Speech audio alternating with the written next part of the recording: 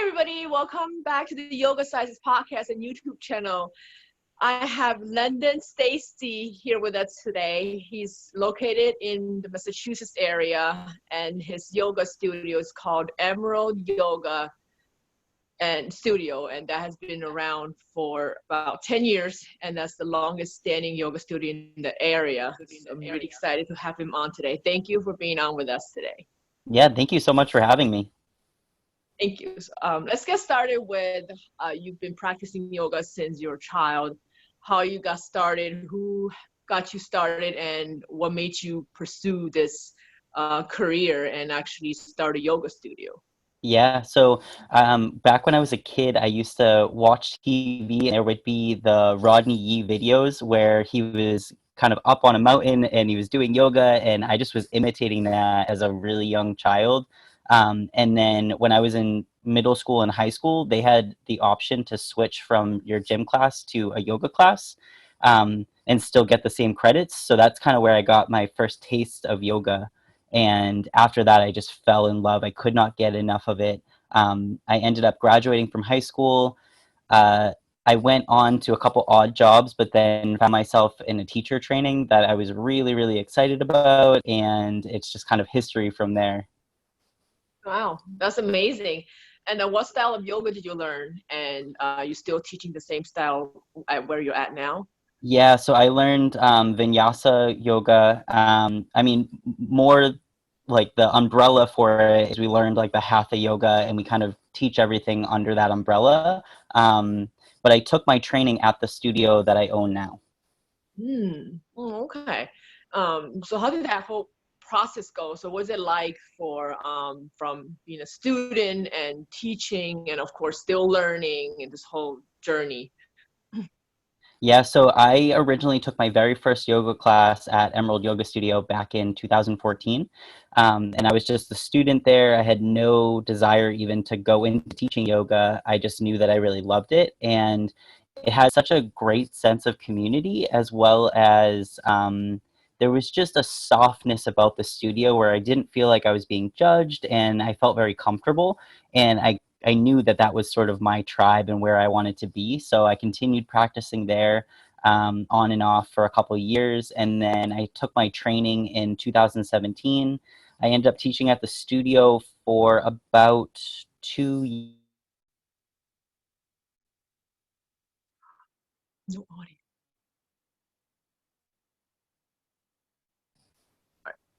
Okay.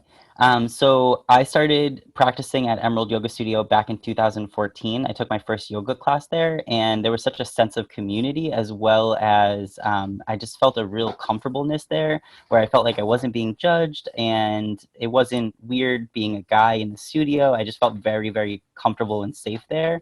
And then I practiced there on and off for a couple years until I took my training in 2017 to become a certified yoga instructor. And then I taught there for about 2 years, and I became the official owner in May of 2019. That's great. So what is how many classes like do you teach now, and how many people basically work with you, like do running the classes? Yeah, so I teach between like 2 and 4 classes a week on the schedule. I'm there for 2 classes, but it usually is never just 2 classes because everybody has things going on. Right now we have 10 teachers that teach about 14 to 15 classes a week. And we do That's all awesome. different, yeah, we do all different kinds of styles. We do more like slow restorative stuff. We do some more high intensity stuff. We have kids yoga on our schedule. We just like to appeal to everybody. That's great. I've heard when I was doing my yoga teacher training 6 years ago, and a lot of the people, I think I'm one of the only few that ended up teaching after I finished my program. A lot of them actually said they wanted to do the yoga teacher training to basically do it for themselves, but maybe teach. But then once they go through the yoga teaching certification, they kind of lost it in their own practice, and they don't want to, teach or even practice themselves anymore. So what do you say about that, like in terms of how people, that the whole teaching training experience kind of changed how they view practicing yoga for themselves? Yeah, so out of the people that I trained with, I think there was 6 or 7 of us, and only so 2 of us are regularly teaching, and then maybe 1 or 2 are kind of off occasionally teaching. But for the most part, most of the people that I trained with didn't even go on to teach yoga full time. Um, it it's sort of weird right now because I'm teaching a teacher training to new trainees, and most of them are telling me that they're probably not going to go on to teach yoga, or that's what they think right now. Although that's where I was when I took my training. I just wanted to go deeper. I didn't really intend on teaching, and then I just fell in love with, you know, like showing this knowledge to everybody and getting to really experience like healing face to face with another person. It became so overwhelming that I just couldn't help but fall in love with it. So it's just so crazy to see people who take their training and then don't go on to teach. I feel like they're really missing out. Mm. And I guess it depends on how they view teaching as well. Yeah. Like if you just go to a class with a group of people, there's like different ways of teaching instead of, okay, thinking about, okay, teaching is more intimidating than kind of make it more fun. Yeah, so before I took my teacher training, I had such a bad fear of public speaking. Like I couldn't even be in a large group of people and then feel like I had the space to talk. I got so nervous and I would just kind of shut down. And then I felt like taking the teacher training was throwing myself right into the fire where I needed to be able to really speak in front of people. And now I'm fairly comfortable up in front of people. I've taught classes to, 20, 40 people, depending on like the events that I've done where I've gone and taught, and I'm much more comfortable in my own space and having my own voice. But it was definitely a journey to get there. And I'm so glad that I took a teacher training as my way to kind of overcome that fear. Mm-hmm. That's awesome. So, like nowadays you see more women doing teacher training and teaching, and not a lot of men out there. So what are your some suggestions and recommendations for the men out there that are like wanting to do this but not, moving towards that direction yet? Yeah, so I mean, what I usually like to tell people is that men were actually the ones who sort of originated yoga, or the ones that were practicing yoga primarily, and then it became this sort of women-dominated field. It's actually really hard being a man owning a yoga studio around here because most of my demographic is women, and a lot of the networking groups and things that are around here are catered towards women, or they'll be like women only. So my key demographic of students is women, but I'm not allowed in that space to really promote my studio. So that's definitely been a challenge. But I encourage more men to get into yoga. Right now, we've been pulling in more men here and there, trying to get them into the studio, but it's definitely a challenge. I think on one side, people are afraid that it's more of a like a women-owned space, and then on the other side, I think the men are afraid because they know that it's a challenge to do yoga, so they are either thinking it's too easy or they realize that it's a lot harder than they think it is. Mm-hmm. Sometimes I think it could be like, oh, now flexible or men type of fitness or activity should be like in the gym, weightlifting and stuff. But there are also type of yoga like Ashtanga, or even just a lot of those are using body weight and like, vinyasa, hatha, and there are also yoga with like weights and props and stuff like that. So you can really kind of integrate the two and doesn't have to make it too separated. Yeah, and I mean, I have a lot of guys that will come to our stronger classes and they really enjoy that. They enjoy the strength aspect of it. But then I have other people too, who have reached out to me who have said that they want to try more restorative things to really loosen their muscles and to relax their body and things like that. Even if they're doing other fitness things, like if they're runners or they're cyclers, it's good to get in there and do restorative things to really relax the tissue and get into the body's like nervous system to really slow things down. Mm-hmm. It also depends on what they're wanting, right, to balance it out, the Yeah, energy. I always try to give them their yin with their yang. Mm-hmm. That's awesome. So what's your routine like? Be able to keep up with your own practice and running the studio and managing everything. Like Yeah, your so morning. Yeah. I'd like to say that I'm really great at getting to yoga classes because I have them so readily available, but I'm really not as great as I need to be about it. Um, So my typical morning is I wake up in the morning, I kind of review what needs to be done for that day, and then I head to the studio. I like to be at the studio every time that there's a class to check people in. That's like a personal thing with me that I like to have face-to-face contact with every single one of the customers if I can. I think that makes the business more relatable because they see sort of this face who really wants to be there all the time, and I want to support their journey, and I really want to be connected with my community. So I get to the studio. Most of our classes start at 9:30 in the morning. So I'll be there for that first class, and then I kind of linger around the studio, get some work done. Um, if I can make a class, I'll try to stay and take the class instead of working through it, but it doesn't always happen. So it's always a work-life balance kind of thing. Even though I have the access to all these classes, I don't always take them as I need them. Mm-hmm. Okay. Now I'm thinking in terms of like you attending the class as the owner of the studio for somebody who's working there. Would that be like a thing like, oh my gosh, the owner of the studio that I'm working at is actually taking my class? Would that be kind of nerve-wracking or something for the Yeah, teachers? I don't know because I was a teacher there before, so I think a lot of the teachers are pretty used to seeing me kind of pop in and out of class and everything. So I don't know if they get nervous. They haven't expressed it directly to me if they do. But I'm also pretty laid back. I don't think that I'm like a scary boss type. So when I go into classes, I'm usually just there to take care of my own practice. I do think that students think it's a little weird sometimes. I've been in classes and right before they're about to get started, I'll usually shift from the front desk and I'll go and grab my mat and roll it out and get set up. And a lot of the students are like, "Oh, wow, you're taking class with us?" And they get a little nervous. And I'm like, "Yeah, I like yoga too. That's why I'm in this industry. I love doing yoga as well." So it shows the students a different side of you when you really roll out your mat with them instead of sort of that dynamic where you're up here. It brings you down to a level that they feel like, okay, well, you're on the same field as us. Mm-hmm.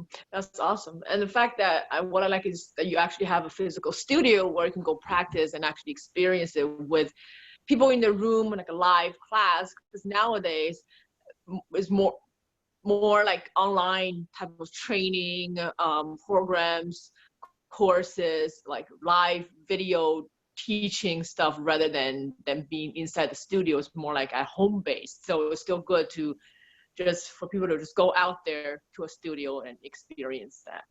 Yeah, absolutely. And I mean, we have a beautiful studio. We have about 900 square feet. It's nice, it's open, it's very calming. I actually always tell this story to people because I had a woman come in one day after class, and I don't know, I think she was coming in to give me some sort of a promotional thing that she wanted to offer me. And she walked in the door and just got so like dumbstruck with the space, and she had no words and she had nothing to say, and she was like, wow, it's very calming in here. And I was like, well, that's what we're here to do. And I always like to say that to people because the physical space that we create really allows people to get in that headspace where they're relaxing. It's not like being at home when you have the kids running around or your pets are jumping on things, and you're not in your space. You're in a space that's created just for relaxation. So much different than doing home yoga or even being in like a gym or something like that. It's just our space is so sacred to doing yoga in. And I think like taking online trainings and stuff like that, like I had a lot of the teachers that are in my current teacher training, and they had approached me and they were like, I'm thinking about doing a teacher training that's online. And I sort of swayed them against that because I think you don't get the face-to-face contact. You don't get hands-on physical things that you get to learn with somebody who's online. You really miss out on that contact with another person where you're just watching them from afar. So I think it's Mm-hmm. so important to be like in a physical space. Mm-hmm. So would you eventually at some point think about maybe if it ever come to your mind like maybe doing like a integrated one where you still have the in-person training, but certain materials can be just online for people to study on their own, like some of the philosophy part of yoga rather than like the hands-on part. Yeah, I mean, I've thought about it, and I think I'm sort of looking into how we can start to make more things online because then I think it becomes more accessible to people who don't live in the area. So I definitely think that that's something that I'm looking into. But I also think, even with the philosophy side, I have one of my wonderful instructors, Laura, who comes in and does the philosophy workshop, and she shows them her sort of like sacred pieces that she has, and she has like a harmonium, and she really lets you dive into the philosophy, and I don't think that you can get that same effect if you're doing it from afar. I think it's really important to have face-to-face contact with every single one of the lead teachers that does the training, and to really allow them to understand, like, yoga is a physical practice, so you have to be physically present in order to understand it. That's so true. And you can even do retreats Yeah. too, like a whole week yoga teacher training immersion type of thing, like somewhere where, abroad. Yeah, definitely. Yeah. In terms of oh yeah, some book recommendations. What are some of your book recommendations for like just anybody? I actually have, let me pull up my, I always keep like a list on my phone, um, of what books that I'm currently reading or which ones I have recommendations of. So let me just pull this up. Okay, so my top ones right now, let's see.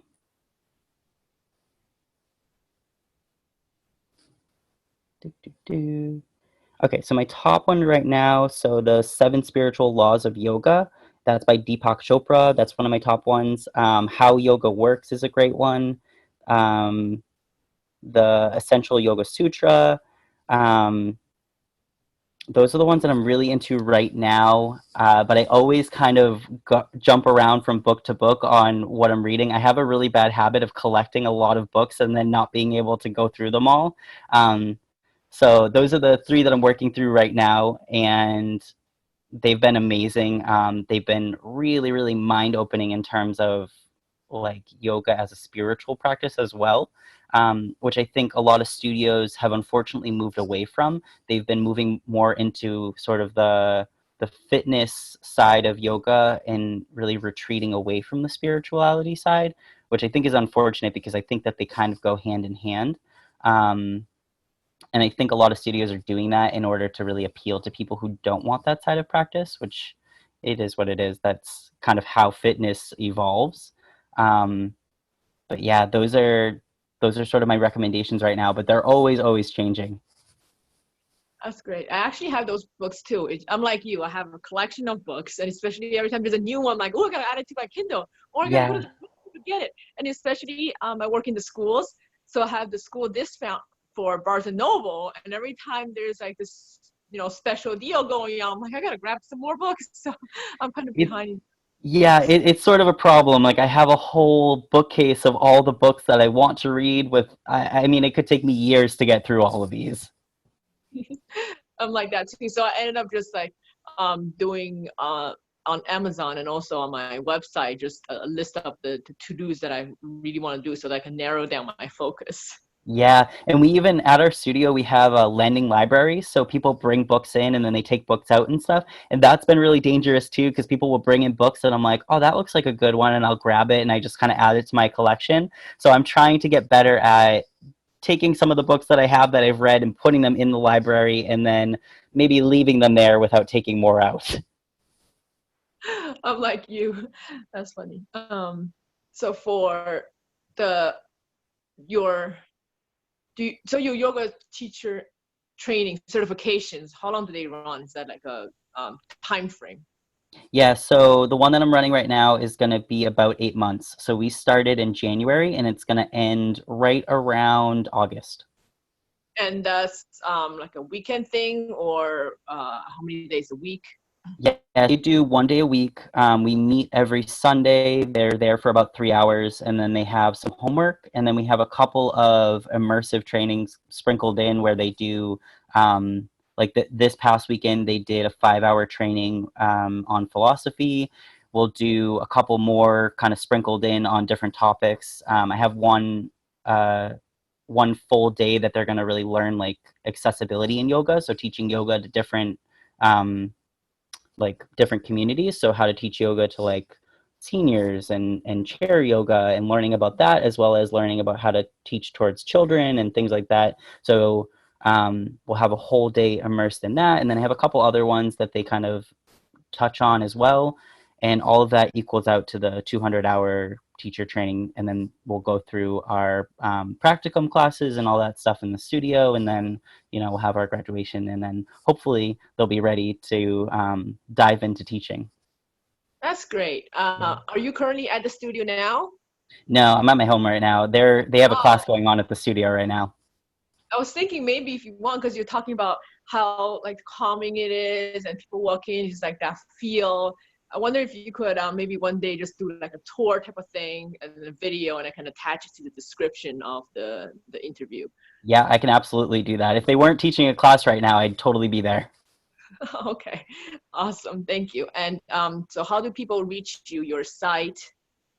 Yeah, so our website is emeraldyoga.com. I actually just got a big facelift on the website, so it looks amazing right now. It's very, very representing of our studio as a whole. It's very calm, very zen. I'm really, really happy with the work that my web designer guy just did on the website. So emeraldyoga.com. That's great. And is there like an offer of a special deal for listeners that want to check out your studio if they're nearby or if they're local? Yeah, so if you're local to Pembroke, Massachusetts, and you're interested in attending the studio, I will give you a free month intro. So right now we do that for $45. I'm going to give it to you completely for free. All you have to do is email me. My email is emeraldyogastudio@gmail.com. If you shoot me an email with the word podcast in the title, I'll give you that offer as soon as you come in. Hey, thank you so much for being on with us today. Thank you. Thank you so much for having me. I really appreciate it. Thanks.